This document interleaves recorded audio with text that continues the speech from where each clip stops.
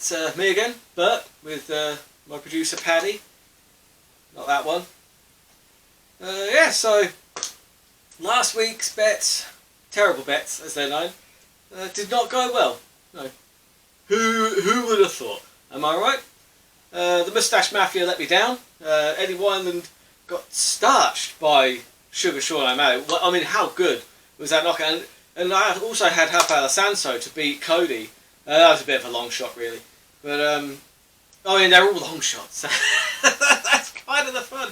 I mean, wow, how good were both of those knockouts? I mean, like they're now fighting over like which one is the best one. So I'm assuming we're going to see Cody Garbrandt and Sugar Sean O'Malley come up next. But I mean, good lord, it's like I cursed both of the guys that I bet on, because neither of them, they weren't just knocked out. They were like in another dimension after their fights. It was brilliant. Great for the bantamweight division, because I mean, like obviously Henry Cejudo retired, and you know there was talk of him coming back if the money was right and blah blah blah blah blah. But Dana White's kind of like, hey Henry, hold my beer, all right? Watch these fights next week, and they all delivered. Like Sterling looked outstanding, Cody looked outstanding, and obviously Sugar Sean O'Malley is a rising star. It's like, Henry who? No one's going to care about Henry Cejudo anymore at bantamweight. I think he picked the wrong time to retire. I think that actually he's going to get forgotten about quicker than he maybe first thought, which is sad because Cejudo is a brilliant fighter and a great athlete. But I mean, wow, that bantamweight division is heating up, and I'm actually looking forward to seeing more of it, which is not something that I've said in the past. You know, historically speaking, it's the bigger weight classes that tend to have the more exciting fights and the more exciting fighters. But right now, bantamweight is a murderer's row. Absolutely love it. Yeah, so that was last week's fights. And, if anyone's interested, I defeated the Floop Snoop.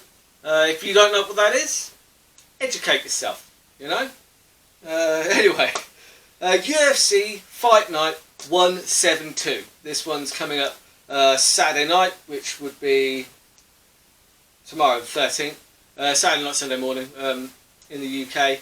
I've got to be totally honest, this card is not exactly blowing my skirt up. It's not the most. I mean, you compare it to the cards that we've had recently, and yeah, it's not. It doesn't have the most exciting fights. Well, all the fights have the potential to be exciting, but there isn't a narrative there.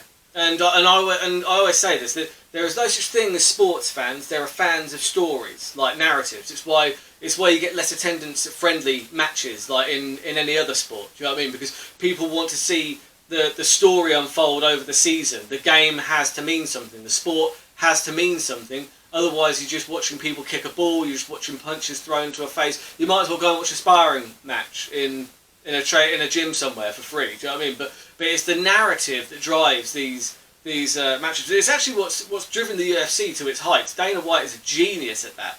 I mean, they're bringing in the Ultimate Fighter series. It was a genius move because it meant that you got to know the fighters, and it added a narrative to that.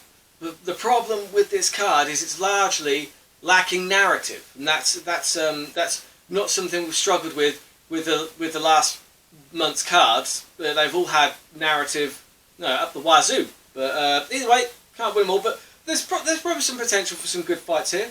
The main event, Jessica Eye against Cynthia Calvillo. Now, Calvillo is coming up from 115, I believe, for £115, because she did fail to make weight quite a few times. So she's coming up to flyweight to fight Jessica Eye, who is the #1 contender. She recently got knocked out by Valentina Shevchenko. Now, Cynthia Calvillo is the slight favourite in this one, but she has got good odds-ish, 3.25, to get the decision. Now, I think this one's going to a decision all day, and I think that Cynthia Calvillo, she's going to look good at this weight, because she's not going to have the weight. She's not going to have to deal with the weight cut nearly to the same extent as she has done before. She's clearly struggled to make that weight.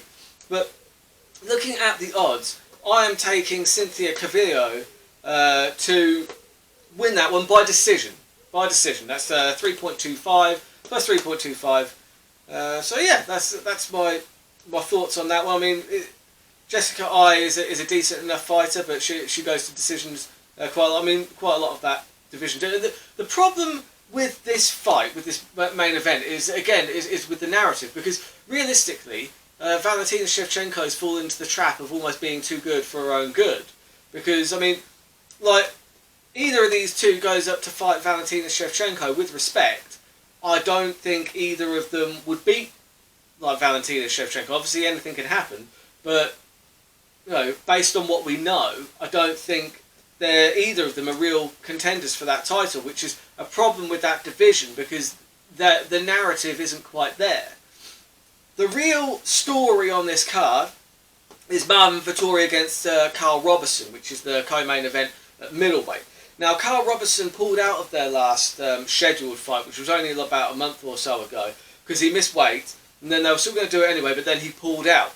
And this really upset Marvin Vettori. I've heard stories from Daniel Cormier, not in person, obviously, but either way, like Cormier's mentioned it in podcasts, Michael Bisping on his podcast, they've all mentioned that there was a big kind of, argument in one of the hotel lobbies. It was Marvin Vettori losing his shit, basically, because Carl Robinson had pulled out again.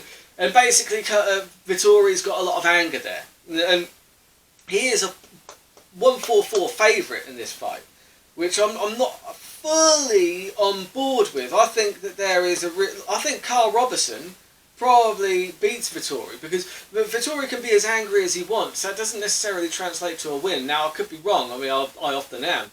But, Vettori, who has he beaten, really? He's beaten Andrew Sanchez, Cesar Ferreira, who is good, but let's be fair, he's not unbeatable. Vitor Miranda, they were all decisions as well. It's not like he's a prolific kind of finisher. It's not like he's beating all these top names. Now, there is a name that I've seen Carl Robertson beat, which is Ryan Spann. He beat Ryan Spann on the Contender Series. And Robertson's a decent athletic fighter. I just think that plus 275, that's a good price for somebody who I think has a very good chance of winning. Now, what I am doing on this fight is I am putting that together with my bet on Cynthia Calvillo, or Calvillo. I don't really know how to pronounce that. I do apologise. But either way, the double on that is 8.94. So effectively, it's 8.94 to 1. So that is the one that I'm going for. Just that double. Now, it's a terrible bet, because at the end of the day, you're betting on the method of victory. That's always a disaster. So that's what I'm going for. I'm going for that double. Cynthia Calvillo by decision, coupled with Carl Robertson to win by any means necessary, because I just think that he's going to win. But based on the fact that I thought that Eddie Wineland would beat Sugar Sean O'Malley, I wouldn't put any great stock in that prediction. I like to just put a £1 accumulator bet on this card. The odds on it aren't particularly good, but I have got Cynthia Calvillo to beat Jessica Ai. I've got Robertson to beat Vettori. I've got Dvalishvili to beat Lopez. Lopez has come in as a short notice replacement for who the hell? Ray Borg. Sorry, Ray Borg was supposed to be fighting again, but he had a family emergency. So that Lopez, he's a last-minute replacement, which can be a problem for some fighters, because obviously Dvalishvili has been preparing for Ray Borg, but I don't think it's going to be a problem for him. Dvalishvili has looked excellent in his last few fights. He tends to just put on a pace that his opponents can't keep up with, and he'll win a kind of a dominant decision. Lopez is largely a striker. He's got really good power, so if he connects, who knows? I mean, he's a huge underdog. It might be worth taking a punt on that, but I don't think he's going to take out Dvalishvili. Dvalishvili is someone that I've really got my eye on. His cardio and just his wrestling and is just his speed are very, very impressive. You've got Andre Fili. I've got him to beat Jourdain. I don't think there's anything Jourdain's going to do to stop Fili at this point. And Espinosa to beat De La Rosa. I'm not a big expert on either of those two, but I'm just going with the favourite on that. I'm going with the betting favourite. That is 13.44 to 1. That's terrible, because it's barely even worth putting that on. Usually a 5-fight accumulator, you want at least kind of 30 to 1. That really is a terrible bet, both in the likelihood of it coming off and the fact that the odds are pretty goddamn awful. But Either way, we've got another fun night fights coming out this weekend, and we'll find out how all my bets panned out next week. It's probably going to be horrible as usual. So until then, keep it real, keep those bets terrible, and I'll see you next time.